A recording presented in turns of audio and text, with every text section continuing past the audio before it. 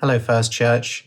So I recently watched the musical In the Heights, written by Lin-Manuel Miranda.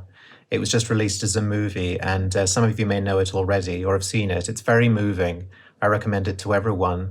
There was a moment in the movie that I found deeply moving, and I wanted to share it with you, and it reminded me of a poem that I'm going to read to you. The moment is when the matriarch of the Hispanic community in Washington Heights, the local abuela who cares for everyone in the community and is part of the binding force of that community.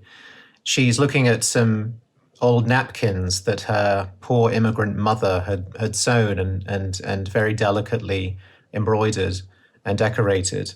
And she says, we had to assert our dignity in small ways, little things that told the world we are not invisible.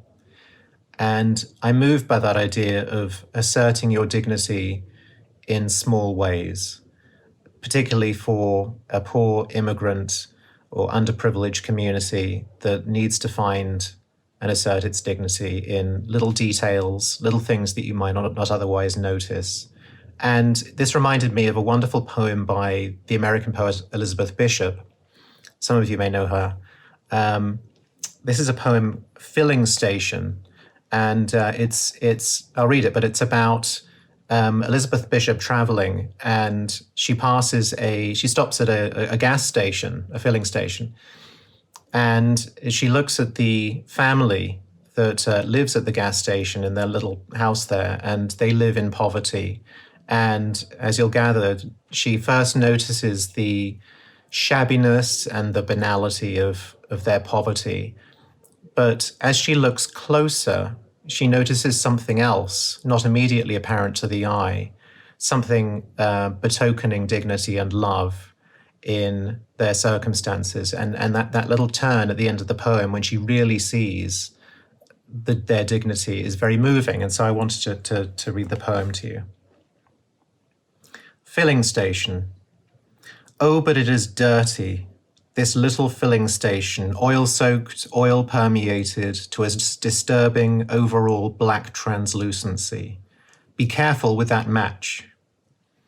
Father wears a dirty, oil-soaked monkey suit that cuts him under the arms, and several quick and saucy and greasy sons assist him. It's a family filling station, all quite thoroughly dirty.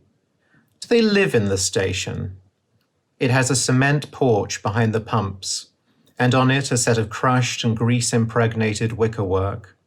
On the wicker sofa, a dirty dog, quite comfy. Some comic books provide the only note of colour, of certain colour. They lie upon a big dim doily draping a tabouret, part of the set, beside a big hirsute begonia. Why the extraneous plant? Why the tabouret? Why, oh why, the doily? Embroidered in daisy stitch, with marguerites, I think, and heavy with grey crochet. Somebody embroidered the doily. Somebody waters the plant, or oils it maybe.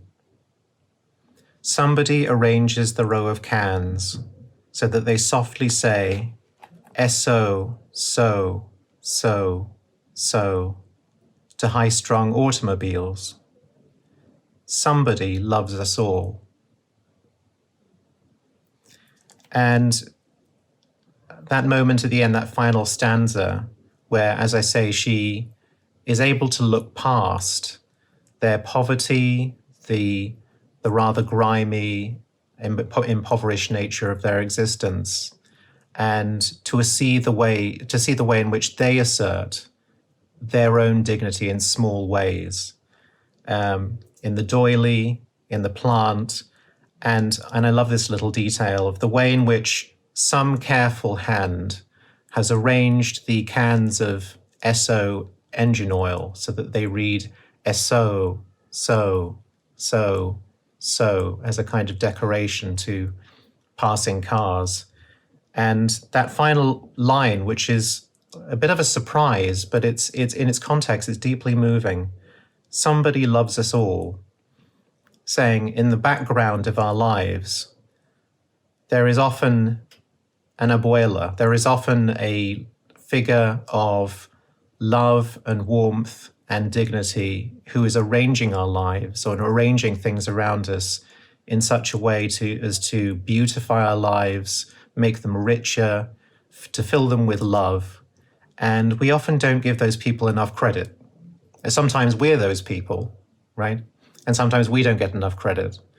But I like the poem because I like poems that are about dignity, and I like poems that are about seeing behind the surface what's really going on underneath. And what's really going on underneath, according to Elizabeth Bishop, is quiet, dignified love. And that's what I wanted to leave you with. Thank you, First Church.